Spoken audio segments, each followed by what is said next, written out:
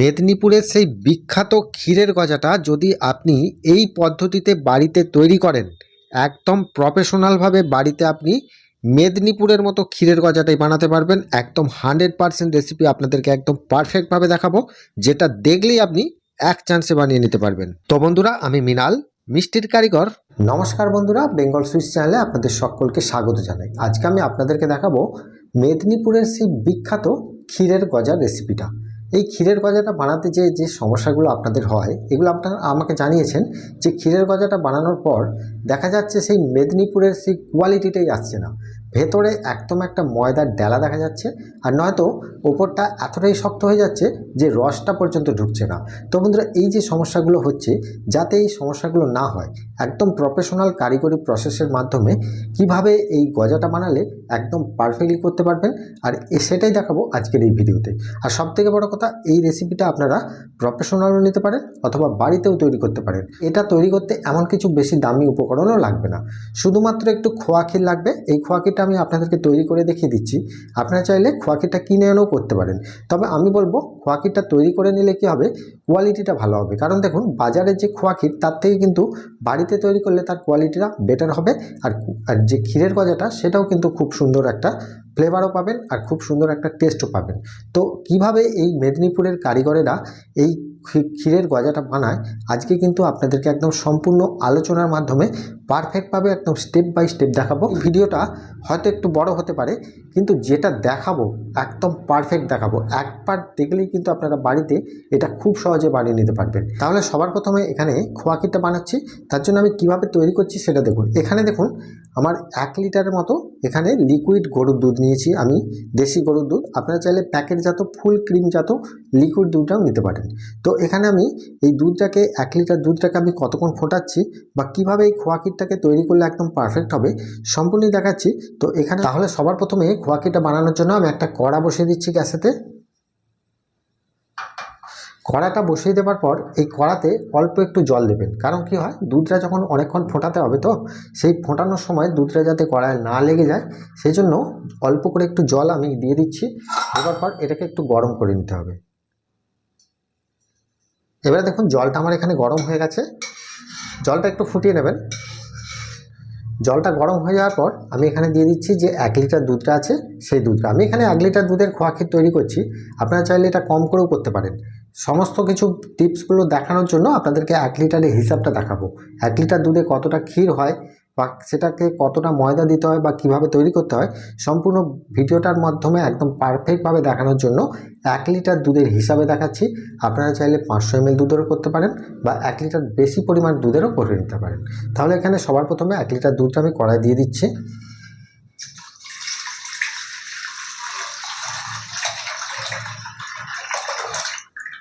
এটাকে ফোটানোর সময় অবশ্যই গ্যাসের ফ্লেমটাকে লো টু মিডিয়ামভাবে রেখে আপনারা করবেন। এটা তৈরি করতে, খোয়া ক্ষীরটা তৈরি করতে আপনাদের বেশি টাইম লাগবে না।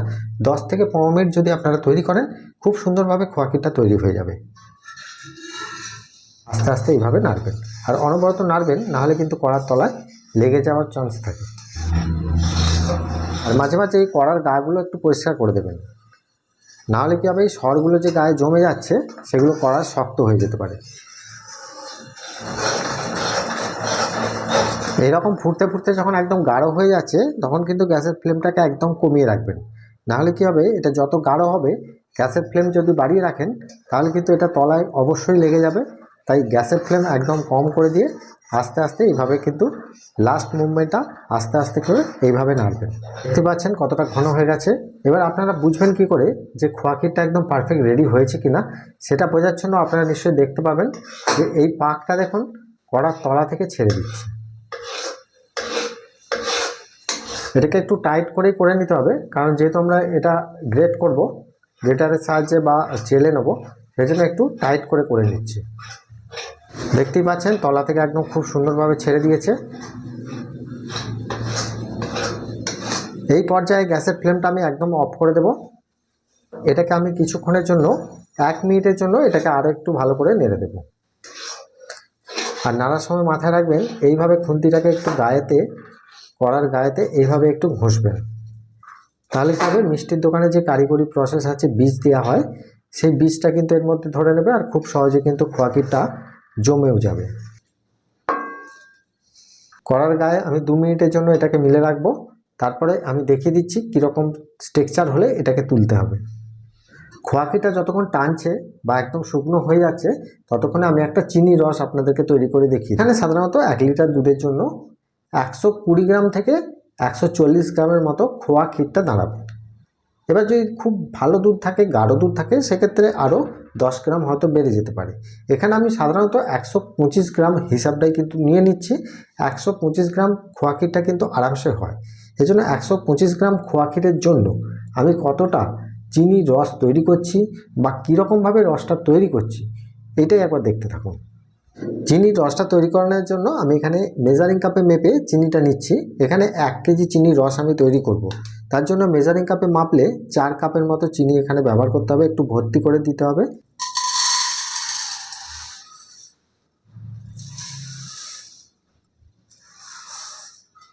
দেখুন এখানে 4 কাপ চিনি আমি এখানে তো দিয়ে দিলাম।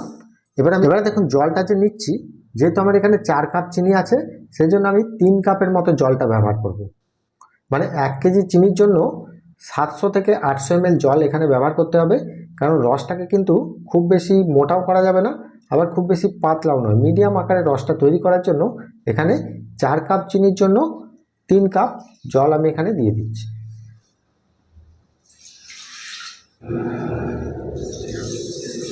এবারে দেখুন চিনি আর জলটাকে খুব ভালো করে আমি ফুটিয়ে নেব। এখানে 2টো ছোটো এলাচ দিতে পারেন, আমার কাছে এখন ছোটো এলাচটা নেই বলে আমি এখন দিলাম না। ছোটো এলাচটা দিলে কিন্তু টেস্টটা ভালো আসবে।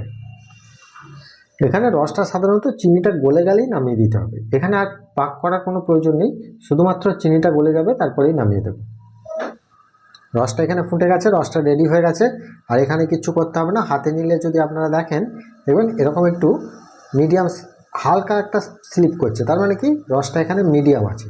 এই রকম রস হয়ে যাওয়ার পর আমি গ্যাসের ফ্লেম অফ করে দিচ্ছি। দেখুন এই রসটা তৈরি হয়ে যাওয়ার পর রসটাকে ঢাকা দিয়ে রেখে দেবেন, কারণ রসটা গরম রাখতে হবে। এবার রসটাকে কতটা গরম বা ঠান্ডা রাখতে হবে সেটা আমি বলে দিচ্ছি। তার আগে এটাকে আমি ভালো করে ঢাকা দিয়ে সরিয়ে নিলাম। দেখুন খোয়া ক্ষীরটা আমার সম্পূর্ণ ঠান্ডা হয়ে গেছে, রসটাও তৈরি হয়ে গেছে। আর রসটা যতক্ষণ তৈরি হচ্ছিলো এটা ঠান্ডা হয়ে গেছে। এবার হাতে নিলে আপনারা বুঝতে পারবেন হাতে আর লাগছে না, একটা অয়েলির মতো লাগছে, দেখতে পাচ্ছেন। এবারে এই খোয়া ক্ষীরটাকে আমি ভালো করে চেঁচে নেব।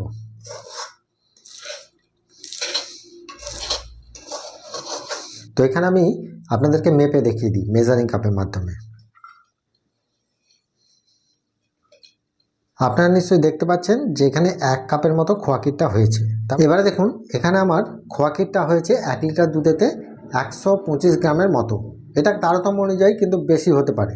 তো এখানে যেহেতু আমার 1 কাপ খোয়া ক্ষীর আছে, সেই 1 কাপ খোয়া ক্ষীরের জন্য আমি কতটা পরিমাণ ময়দা দেব বা কতটা কি উপকরণ দিচ্ছি সেগুলো একবার ভালো করে দেখে নিন। কারণ এর মধ্যে যে উপকরণগুলো দেব শুধুমাত্র কয়েকটা উপকরণ বাড়িতে যেগুলো আপনাদের থাকে সেই উপকরণগুলো দিলেই কিন্তু একদম পারফেক্ট রেডি।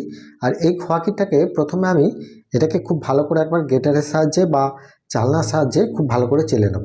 আর যদি মনে হয় যে খোয়া ক্ষীরটা চালতে একটু নরম লাগছে বা হাতে লেগে যাচ্ছে, সেক্ষেত্রে ময়দা আমি যেটা দেব সেই ময়দাটা প্রথমে এর মধ্যে মিশিয়ে নিয়ে ভালো করে চেলে নিলেও কিন্তু এটা হয়ে যাবে। তো দেখুন এখানে আমি এই খোয়া ক্ষীরটা এখানে আমি দিয়ে দিচ্ছি একটা জায়গার মধ্যে। এবার দেখুন খোয়া ক্ষীরটা একটু নরম নরম লাগছে, কারণ এটা সম্পূর্ণ না ঠান্ডা হলে কিন্তু শক্ত হবে না, সেজন্য একটু নরম নরম লাগছে। সেজন্য এখানে দেখুন প্রথমে 1 কাপ ময়দা নিয়েছি। আরও ময়দা লাগবে, কতটা লাগবে সেটা হিসাবটা আমি বলে দিচ্ছি। তার আগে দেখুন 1 কাপ ময়দা থেকে এখানে অল্প করে ময়দা আমি দিয়ে দেব। দেবার পর হাতে করে একটু ভালো করে খোয়া ক্ষীরটা মেখে নেব। হাফ কাপ দিলাম, তারপর আরও হাফ কাপ দিয়ে দিলাম, মানে 1 কাপ ময়দাটা আমি এর মধ্যে দিয়ে দিলাম। দেবার পর এরকম একটা চালনার সাহায্যে বা এরকম একটা ছাঁকনির সাহায্যে এই ক্ষীরটাকে এইভাবে একটু গুঁড়ো করে নিতে হবে। এটাকে খুব ভালো করে মিহি করে গুঁড়ো করে নিতে হবে, নাহলে কিন্তু এই যে যখন আপনারা এই গজাটা ভাজবেন দেখবেন এই খোয়া ক্ষীরটা এক এক জায়গায় জমে যাচ্ছে। সেজন্য কিন্তু খোয়া ক্ষীরটাকে অবশ্যই এইভাবে কিন্তু চেলে নেবেন। যদি শক্ত খোয়া ক্ষীর থাকে সেক্ষেত্রে ময়দা মিশিয়ে চালার দরকার নেই। যদি মনে হয় যে একটু নরম লাগছে, আর যেহেতু এখানে ময়দাটা আমরা ব্যবহার করব, তার জন্য ময়দাটা দিয়ে চেলে নিলে কী হবে, এটা খুব সহজে চেলে নেওয়া যাবে। চেলে বলতে এখানে ভালো করে এটাকে গুঁড়ো করে নিতে হবে আর কি। এবার দেখুন খোয়া ক্ষীরটা আমার খুব সুন্দরভাবে কিন্তু গুঁড়ো হয়ে গেছে, দেখতেই পাচ্ছেন। তাহলে এখানে দেখতে পাচ্ছেন খোয়া ক্ষীরটা কত সুন্দরভাবে গুঁড়ো করে নিয়েছি। এতে আমি 1 কাপ ময়দা দিয়েছি, 125 গ্রাম, তাহলে আরও 1 কাপ ময়দা এখানে ব্যবহার করব। যেহেতু আমরা 1 কাপ খোয়া ক্ষীরের জন্য 2 কাপ ময়দা ব্যবহার করব, সেজন্য প্রথমে আমি 1 কাপ দিয়ে এই ময়দাটাকে চেলে নিয়েছি, তারপরে কিন্তু আবার 1 কাপ ময়দা এতে ইউজ করব। তার মানে কি, যতটা পরিমাণ খোয়া ক্ষীর ঠিক তার ডবল পরিমাণে কিন্তু ময়দাটা এখানে ব্যবহার করতে হয়। এটাই কিন্তু কারিগরি প্রসেস। এবার দেখুন আরও 1 কাপ ময়দা এখানে ব্যবহার করছি, তাহলে আমার এখানে 2 কাপ ময়দা ব্যবহার হলো। এবার এখানে দিতে হবে বেকিং সোডা, বেকিং পাউডার নয়, বেকিং সোডা। তো বেকিং সোডাটা আমি কতটা দেবো দেখুন, খুব বেশি পরিমাণ এখানে বেকিং সোডাটা লাগবে না। আপনারা দেখতে পাচ্ছেন যে চামচে করে আমি কতটা নিয়েছি, 1/4 টিস্পুনের মতো। তো একবার টিস্পুনে করে মেপে আপনাদেরকে দেখিয়ে দিই যেটা সঠিক আছে কি না।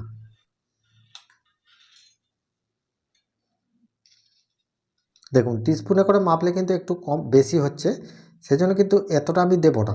তাহলে 1/4 টিস্পুন এখানে দেখুন কতটা হচ্ছে, ঠিক এতটা পরিমাণ।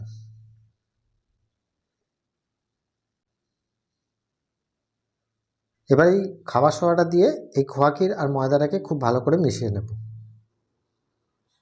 এই ময়দাটাতে আমি জল দেব। তো জলটা সাধারণত নর্মাল জল দিলেই হবে, গরম বা ঠান্ডা জল করার দরকার নেই। বাড়িতে নর্মাল যে টেম্পারেচারের জল থাকে সেটা দিলেই হবে। এখানে অল্প অল্প করে জলটা দিতে হবে আর মাখতে হবে, খুব বেশি নরম করে ফেললে হবে না, একটু মিডিয়াম স্ট্রাকচারের মধ্যে মাখতে হবে।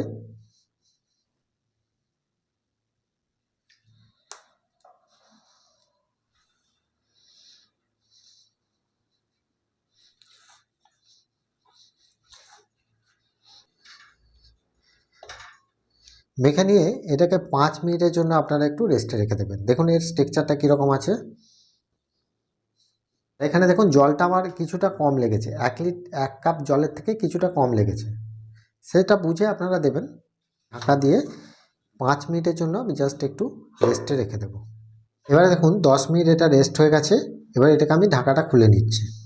ঢাকাটা খুলে নেওয়ার পর দেখতে পাচ্ছেন স্ট্রাকচারটা আগের থেকে কিন্তু অনেকটা সফট হয়ে গেছে। এবার এটাকে আমি একটা পাটার মধ্যে নিয়ে নিচ্ছি। দেখুন এই পাটার মধ্যে নিয়ে নেওয়ার পর এটাকে আমি একটু ভালো করে মেখে নিচ্ছি। খুব সুন্দরভাবে মেখে নেওয়ার পর এটাকে আমি একটু প্রেস করে করে চ্যাপটা করে নিচ্ছি, করে এই গজার শেপগুলো তৈরি করব। দেওয়ার পর একটা বেলুনের সাহায্যে এইভাবে এটাকে একটু বেলে নিতে হবে ভালো করে।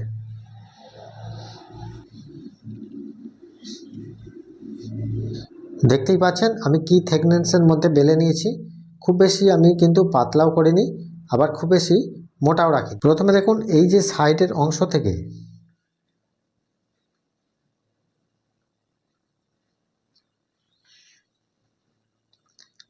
সাইডের অংশ থেকে আমি কিছুটা ছাঁট বাদ দিয়ে দেবো, চারদিক থেকেই আমি ছাঁটগুলো বাদ দিয়ে দেবো, তাহলে কী হবে, শেপটা ভালো আসবে। তো এইভাবে দেখুন আমি প্রত্যেকটা জায়গা দিয়ে ছাঁটগুলো বাদ দিয়ে দিচ্ছি। আর এই ছাঁটগুলো দিয়ে আমি কিভাবে এই ক্ষীরের গজার শেপটা তৈরি করব সেটা আমি দেখিয়ে দিচ্ছি। এই সাইড থেকেও দেখুন আমি কিছুটা ছাঁট বাদ দিয়ে দিলাম, কারণ কি হয়, ছাঁটগুলো বাদ দিয়ে দিলে কী হবে, এর শেপটা খুব সুন্দর আসবে। সেজন্য প্রথমেই ছাঁটগুলো আমি বাদ দিয়ে দিচ্ছি। এবার এটাকে আমি স্কোয়ার শেপে কেটে নিচ্ছি।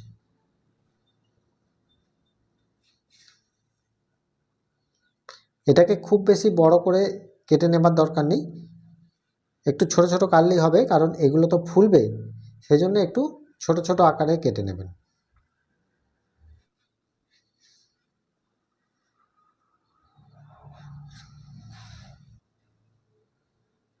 কেটে নেবার পরেও এখান থেকে আমি কিছুটা ছাঁট বাদ দিয়ে দিলাম।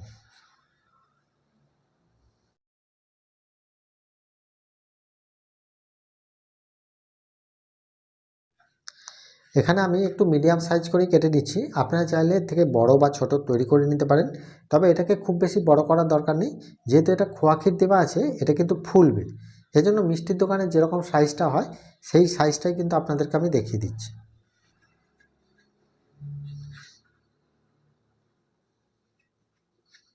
তো এইগুলো আমার ছাঁট হিসাবে হয়ে গেল। এবার দেখুন এখানে কত সুন্দর পিসটা হয়েছে, খুব বেশি বড়ও নয় আবার খুব বেশি ছোটও নয়।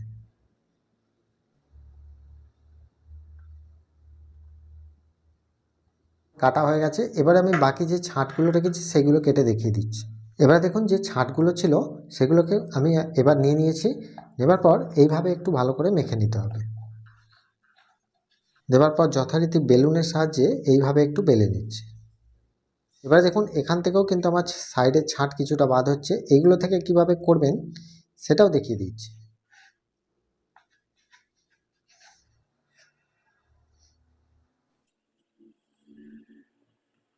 এবার দেখুন বাকি ছাঁটটা যে রয়ে গেছে এটাকে কি করবেন, এটাকেও যথারীতি এইভাবে মেখে নিতে হবে। মেখে নিয়ে এইভাবে একটু রোল করে নিচ্ছি, দিয়ে আঙুলের সাহায্যে একটু প্রেস করে দিচ্ছি,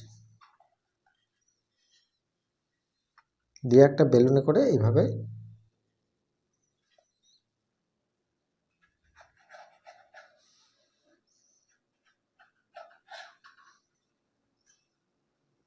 এখানে দেখুন এই একটা ছাঁট বাদ হচ্ছে, এটাকে কি করব সেটাও বলে দিচ্ছি।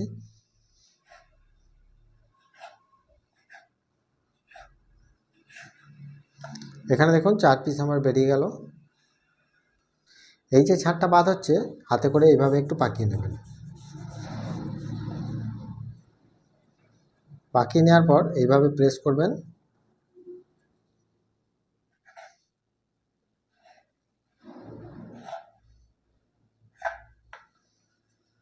তারপর দেখুন আরও একটু ছাঁট বাদ হচ্ছে, এটাকে আর কিছু করা যাবে না, জাস্ট এইভাবে একটু গোল করে পাকিয়ে নেবেন।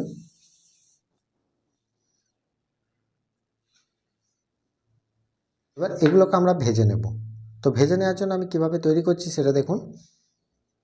এবার দেখুন এগুলো আমার প্রত্যেকটা পিস তৈরি করা হয়ে গেছে। এবার এগুলোকে ভেজে নিতে হবে। তো ভেজে নেবার যে প্রসেসটা এটাও কিন্তু গুরুত্বপূর্ণ, কারণ দেখুন আপনি সব কিছু ঠিকঠাক করতে পারবেন কিন্তু ভাজার সময় আপনাদের সমস্যাটা হয়। এই যে গজার ভেতরে যে একটা শক্ত ময়দার ডেলা হয়ে যায়, এটা কিন্তু ভাজার জন্য হয়, অন্যান্য কিছু কারণের জন্য নয়। এটা ভাজতে গেলে আপনাদেরকে যে পদ্ধতিতে ভাজতে হবে, মানে তেলের টেম্পারেচারটা কীরকম রাখতে হবে বা তেলের টেম্পারেচারটা কতটা গরম রাখতে হবে বা কতটা ঠান্ডা রাখতে হবে সেটাই কিন্তু আপনাদেরকে দেখিয়ে দিচ্ছি। আচ্ছা, এইগুলো ভেজে নেওয়ার জন্য আমি এখানে কড়াতে সাদা তেল বসিয়ে দিয়েছি। আমি একবারে ভেজে নেব, আপনারা চাইলে এটা 2বার 3বার ধরেও ভাজতে পারেন, কিন্তু যতবারই ভাজবেন কিন্তু একই প্রসেসে। আমি যেভাবে তেলটা রাখছি দেখুন, এখানে আমি এই তেলটা একটা ছেড়ে দিয়ে দেখব। তেলের টেম্পারেচারটা দেখতে পাচ্ছেন, একটা ছেড়ে দেওয়ার পর দেখুন তেলের মধ্যে থেকে খুব একটা বেশি পরিমাণ কিন্তু অ্যাক্টিভিটি আসছে না। আপনারা নিশ্চয়ই দেখতে পাচ্ছেন এই রকম টেম্পারেচারের তেলেতেই কিন্তু ছাড়তে হবে। এর থেকে বেশি গরমে পড়ে গেলে ভেতরটায় কাঁচা হয়ে যাবে।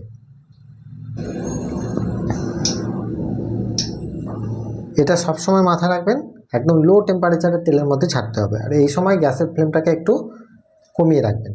এই রকম ছেড়ে দেওয়ার পর যখন দেখবেন একটা একটা করে ওপর দিকে ভাসতে শুরু হচ্ছে, ভাসছে, তখন ছান্তায় করে এইভাবে একটু প্রেস করে দেবেন। তাহলে দেখবেন এটা ইজিলি ওপর দিকে ভাসতে শুরু করছে। দেখুন এবারে দেখুন 30 সেকেন্ডের মতো আমি গ্যাসের ফ্লেমটাকে একটু বাড়িয়ে রেখেছিলাম। যখন এগুলো ভেসে উঠলো তারপরে কিন্তু আমি এখন গ্যাসের ফ্লেমটাকে একদম কমিয়ে দিয়েছি। একদম কমিয়ে দিয়ে এটাকে আমি 10 থেকে 12 মিনিটের মতো আস্তে আস্তে উল্টে পাল্টে এগুলোকে ভেজে নেব। তবে এক্ষেত্রে আপনারা একটা চেক করে দেখতে পারেন হাতে করে নিয়ে, যদি দেখেন যে খুব নরম লাগছে তাহলে জানবেন সোডার পরিমাণ বেশি আছে, সেক্ষেত্রে গ্যাসের টেম্পারেচারটা বাড়িয়ে রাখতে হবে। আর যদি দেখেন যে একদম পারফেক্ট আছে আর কিছু করার দরকার নেই, এইভাবেই শুধু উল্টে পাল্টে ভেজে নিতে হবে।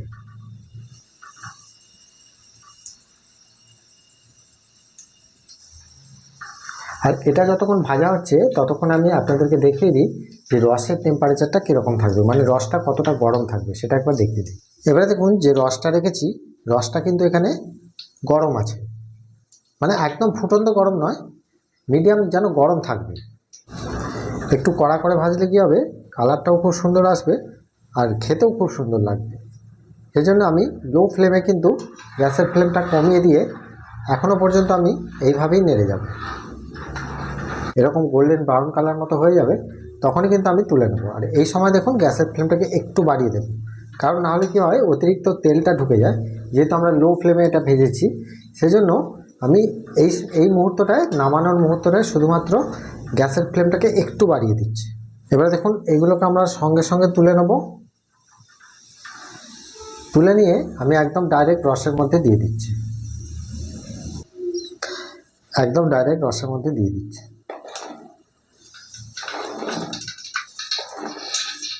দেওয়ার পর এইটাকে এইভাবে সুন্দরভাবে আমি ডুবিয়ে দেব। এগুলো এখন ছোট ছোট লাগছে, যখন রস পেয়ে যাবে দেখবেন খুব বড় বড় হয়ে যাবে।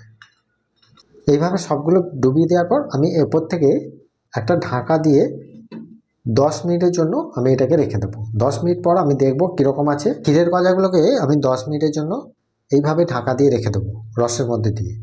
তারপরে আমি দেখব যে রসটা ভেতরে ঢুকেছে কিনা। যদি ঢুকে যায় তো ভালো, আর যদি মনে হয় যে একটু শক্ত লাগছে তাহলে কিন্তু এটাকে একটু গরম করে নিতে হবে।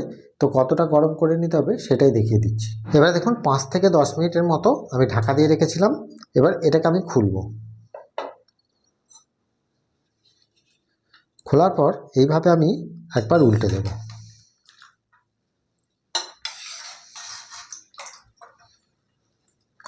উল্টে দেওয়ার পর আমি এখান থেকে একটা তুলে জাস্ট দেখব যে এর ভেতর রসটা ঢুকছে কিনা।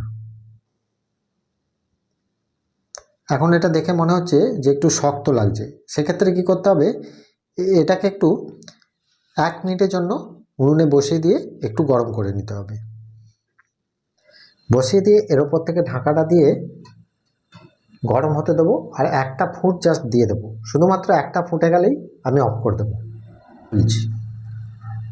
এরকম একবার ফুটে গেলেই গ্যাসের ফ্লেম আমি অফ করে দিলাম। দেওয়ার পর এটাকে আমি জাস্ট একটু উল্টে দেব। ঢাকা দিয়ে এটাকে সম্পূর্ণ ঠান্ডা হতে দেবেন। সম্পূর্ণ ঠান্ডা হয়ে গেলে আপনারা দেখতে পাবেন যে এটা কিন্তু রস একদম ধরে নিয়ে খুব সুন্দর বড় বড় হয়ে গেছে। এবারে দেখুন ক্ষীরের গজাগুলো সম্পূর্ণ ঠান্ডা হয়ে গেছে। আমি একটা তুলে দেখাচ্ছি, দেখুন কতটা বড় সাইজ হয়েছে। আপনি নিশ্চয়ই দেখে বুঝতে পারছেন আমি কত ছোট ছোট করে পিস করেছিলাম। আর ভেতরটা দেখুন রস খেয়ে একদম টইটম্বুর, ভেতরে কোনো আঠিও হয়নি, মানে ভেতর পর্যন্ত একদম সুন্দরভাবে ভাজা হয়ে গেছে। এই গজাটা আপনি যখন মুখে একটা কামড় দেবেন, সঙ্গে সঙ্গে দেখবেন এত সুন্দরভাবে মুখে মিলিয়ে যাবে যে আপনি কল্পনাই করতে পারবেন না। একবার এই পদ্ধতিতে শুধু বানিয়ে দেখুন, একদম মেদিনীপুরের মতোই কিন্তু এটা পারফেক্টভাবে বানাতে পারবেন। তো আজকের রেসিপিটা নিশ্চয়ই আপনাদের ভালো লেগেছে, আর যদি ভালো লেগে থাকে তাহলে প্রত্যেকবারের মতো আমাকে একটা লাইক আর কমেন্ট আর বন্ধুদের মাঝে শেয়ার করতে অবশ্যই ভুলবেন না। ভালো থাকবেন, সুস্থ থাকবেন। আর যদি ইউটিউব থেকে দেখেন তাহলে একটা সাবস্ক্রাইব করে রাখবেন, আর যদি ফেসবুক থেকে দেখেন একটা ফলো করে রাখবেন। তাহলে দেখা হচ্ছে আবার অন্য কোনো মিষ্টি রেসিপি নিয়ে। নমস্কার।